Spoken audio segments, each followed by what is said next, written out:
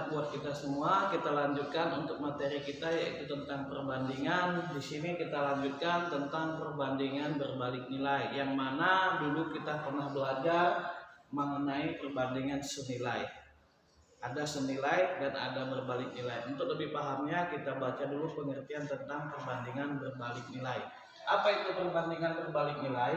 Perbandingan berbalik nilai adalah perbandingan yang memberikan relasi antara dua besaran yang jika salah satu besarannya diperbesar, maka besaran yang lainnya akan diperkecil. Maka besaran yang lainnya akan diperkecil. Namanya juga berbalik, yang satu diperbesar, maka besaran yang lainnya akan diperkecil. Yang salah satunya dibesar, maka yang lainnya akan diperkecil. Nah, itulah definisi dari besaran perbandingan berbalik nilai. Jika yang satunya diperkecil, maka besaran yang lainnya akan diperbesar. Jika satu dibesarkan, satu dikecilkan. Jika yang satu dikecilkan, maka yang satunya lagi diperbesar. Nah, untuk lebih pahamnya lagi, kita pahami dulu konsep variabel yang akan menjadikan suatu objek ini menjadi rumus. Misalnya Y1 berbanding, Y1 akan menghasilkan X1, Y2 akan menghasilkan X2. Dari sini karena dia berbalik nilai, maka ada kesimpulan Y1 berbanding Y2 akan sama dengan X2 berbanding X1. Nah, di sini kebalikannya dari perbandingan senilai kemarin, bahwa Y1 banding Y2, di sini X1 banding X2, atau A1 banding A2, di sini B1 banding B2. Kita balik sekarang, Y1 per Y2 sama dengan yang ini dibalik menjadi X2 banding X1. Kemudian akan ada proses perkalian silang. Nah, itulah bentuk rumusnya. Supaya lebih paham lagi, kita masuk ke contoh soalnya. Contoh soal nomor 1. Ya, kita masuk ke contoh soalnya supaya lebih mengerti tentang perbandingan berbalik nilai ini. Pak Oscar merencanakan memperbaiki rumah oleh 28 pekerja akan selesai dalam waktu 24 hari. Jika Pak Abdul menginginkan pekerjaan tersebut dalam waktu 16 hari akan selesai, maka banyak pekerja tambahan yang dibutuhkan Pak Oscar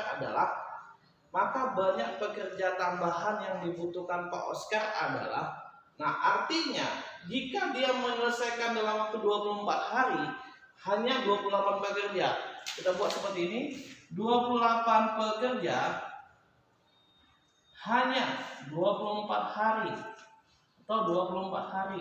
Jika dia butuh 16 hari, berapa banyak tambahan pekerja yang dibutuhkan? Maka di sini kita buat Y2. Y2 ini adalah jumlah pekerja seluruhnya, nanti akan dikurangi ya. Y2 ini adalah sekarang posisinya mencari jumlah pekerja semuanya.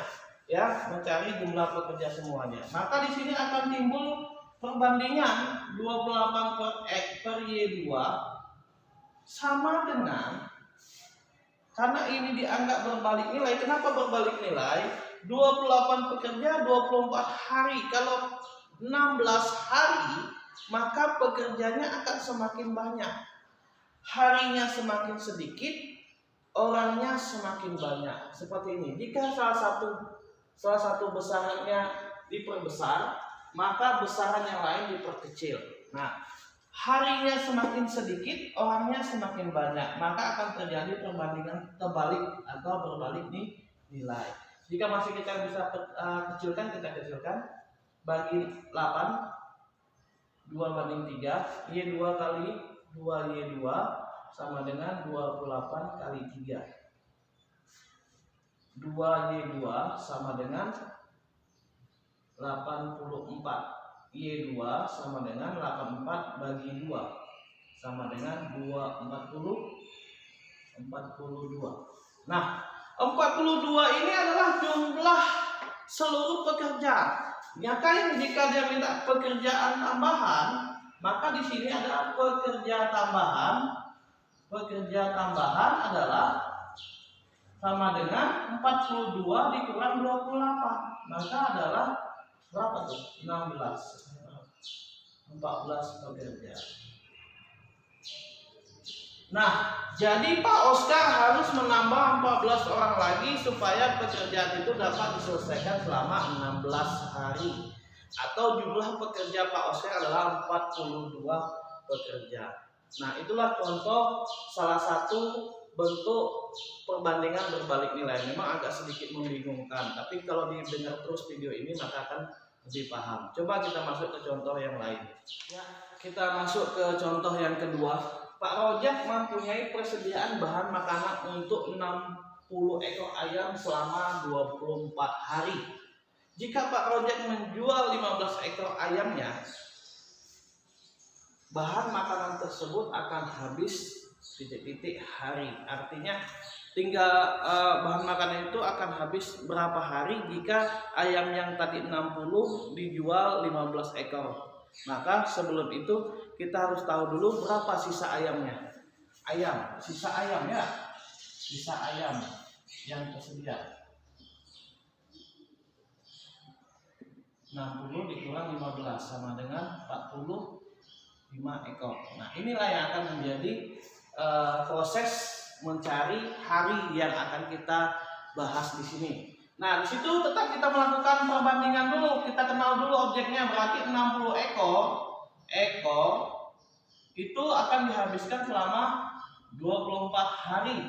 Jika ekornya hanya 45 ekor, apakah harinya semakin sedikit atau semakin lama? Semakin cepat atau semakin lama? Ayamnya semakin sedikit, persediaan makanannya sama, tapi harinya akan semakin apa? Jelas logikanya harinya akan semakin banyak, ya, atau semakin lama. X2 tadi objeknya, X1, X2. Nah, untuk itu kita lakukan perbandingan. Karena ayamnya semakin sedikit, harinya semakin banyak, maka dia dikatakan adalah perbandingan berbalik nilai. Sekok semakin banyak, yang satu objeknya semakin banyak, yang satu objeknya semakin sedikit.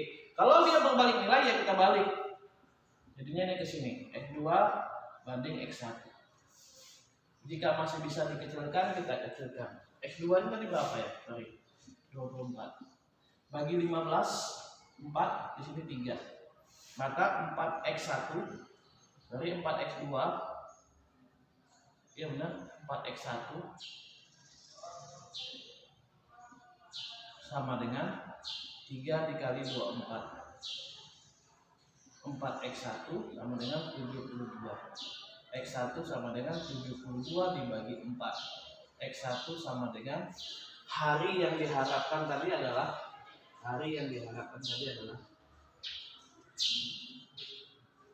maaf ya, saya salah.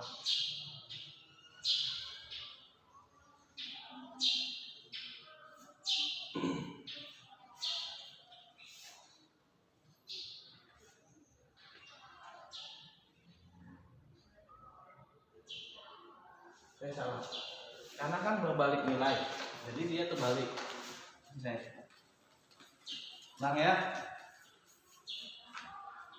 Nah, karena tadi dia berbalik nilai, maka 60 per 45 akan berbalik nilai menjadi X2 per 24. Ya, seperti itu. Jadi ini naik ke atas, kan berbalik nilai. Maka di sini boleh kita kecilkan, di sini 4, di sini 3. Maka 3X2 sama dengan 4 kali 24. X2 sama dengan 96 bagi 3. X2 sama dengan 32 hari. Nah, jika ayamnya semakin sedikit, maka harinya semakin banyak. Jika ayamnya hanya 45 ekor, maka harinya yang dibutuhkan adalah 32 hari lah persediaan makanan itu akan habis. Semoga kalian paham, semoga kalian mengerti. Jika belum paham dengan video ini tentang berbalik nilai, silakan cari referensi lain, video yang lain, ataupun buku-buku yang lain yang bisa menjadi panduan kalian untuk belajar tentang perbandingan berbalik nilai. Selamat pagi dan salam sehat buat kita semua.